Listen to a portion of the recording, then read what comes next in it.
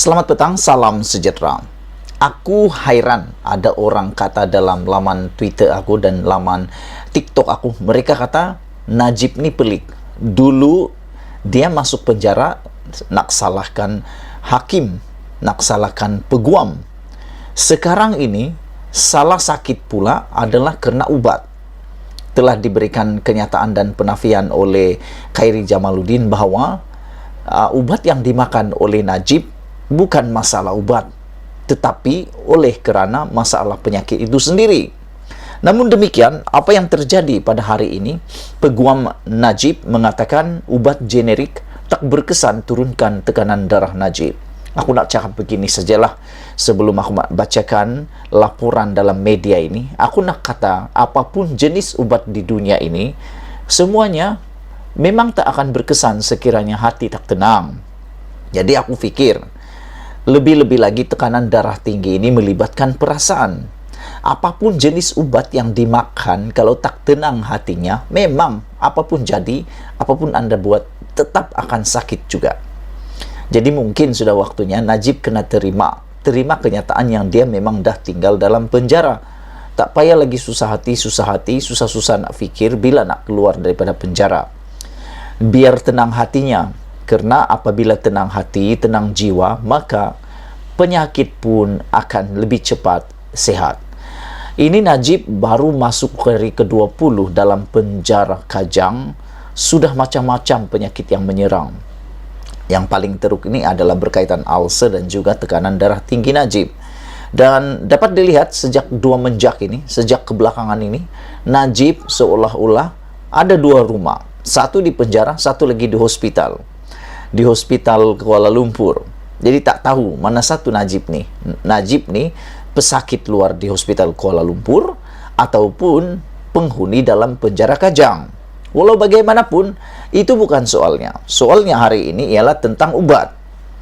Ubat adalah memberi kesembuhan, membantu kita sembuh. Tapi yang dapat menyembuhkan kita adalah hati yang tenang. Jadi aku fikir mungkin Najib kurang tenang dalam penjara. Itu sebab beliau semakin hari semakin teruk. Lihat saja pada Anwar Ibrahim, 2 kali masuk penjara, memang pernah sakit, tapi taklah teruk seperti ini. Yang menjadi persoalan netizen ialah sejauh mana Najib boleh bertahan 12 tahun dalam penjara. Sebab terkini, mengikut pendedahan daripada peguam-peguam dan pengamal-pengamal undang-undang, mereka kata Najib perlu menghadapi hukuman sekurang-kurangnya 2/3 daripada hukuman, barulah boleh mendapatkan pengampunan diraja. Jadi mungkin inilah yang membuatkan hati Najib gusar. Ditambah lagi beliau masih mempunyai 4 pertuduhan yang sedang berjalan dan sedang dibicarakan, yang semuanya masih mempunyai kekuatan untuk Najib kalah. Peguam bela Najib hari ini, Muhammad Safi Abdullah, mempertikaikan dakwaan Menteri Kesihatan Khairi Jamaluddin bahawa ubatan generik mampu untuk menurunkan tekanan darah bekas Perdana Menteri itu. Aku dah mula hairanlah. Sekarang ini perbicaraan Najib di mahkamah sudah beralih daripada perbicaraan 1MDB, sekarang pula pertikaian mengenai ubat pula. Tak bertikailah pula ubat dalam penjara. Tapi itulah memang hak Najib seperti itu. Peguam itu juga mendakwa kementerian pada awalnya menyatakan mahu memindahkan Najib dari Hospital Kuala Lumpur ke IJN. Semasa sebutan kes rasuah 1MDB Najib membabitkan penyelewengan dana bernilai RM2.28 bilion di Mahkamah Tinggi Kuala Lumpur, Safi membuat dakwaan mengenai ubat generik sebagai respon kepada laporan berita berhubung kenyataan Khairi semalam.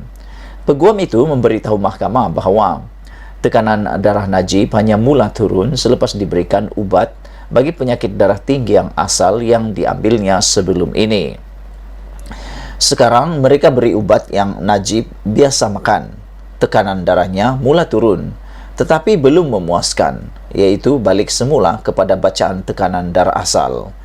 Walaupun perubahan semula kepada ubat asalnya adalah berkesan, bacaan dia masih belum kembali normal. Ujian masih dijalankan, kata peguam itu petang ini. Pelanggan saya ada sejarah mempunyai ulcer yang sangat teruk.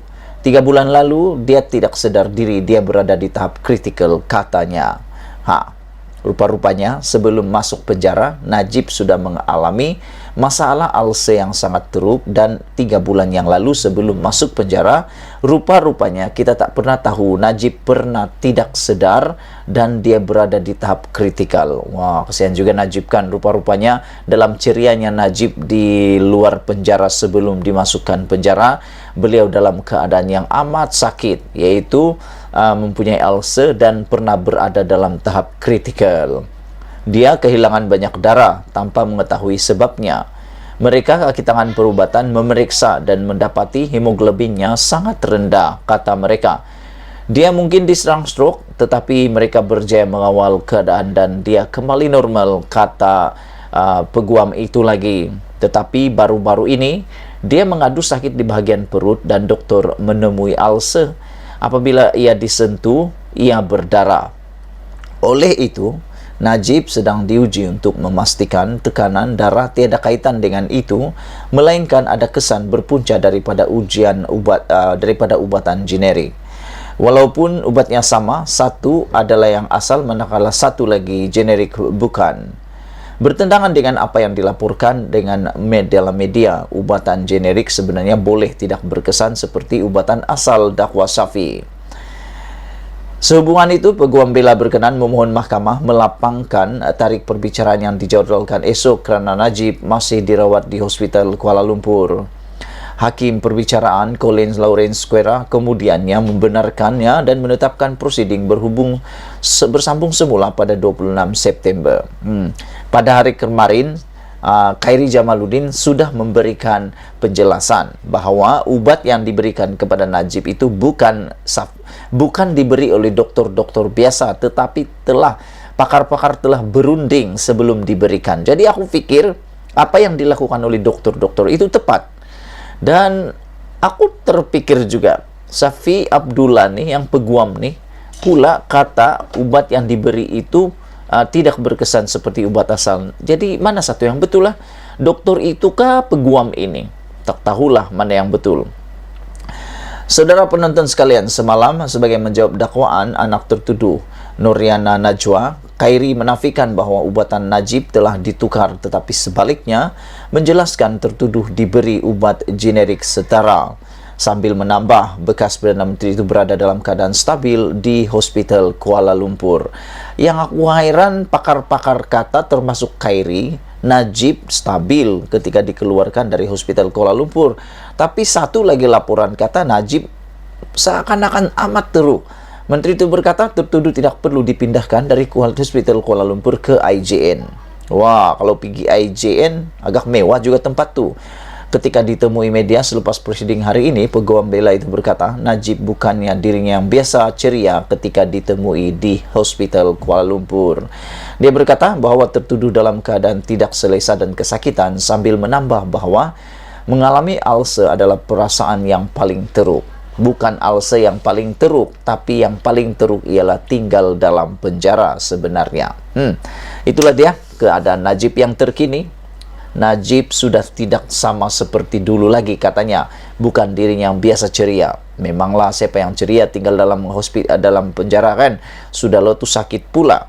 Nah, jadi kita berdoalah supaya perasaan yang teruk karena sakit itu dapat sembuh, dan bukannya karena tak suka dalam penjara. Malaysia kita punya, kita jaga sama-sama. Cintai Malaysiaku. Bye-bye.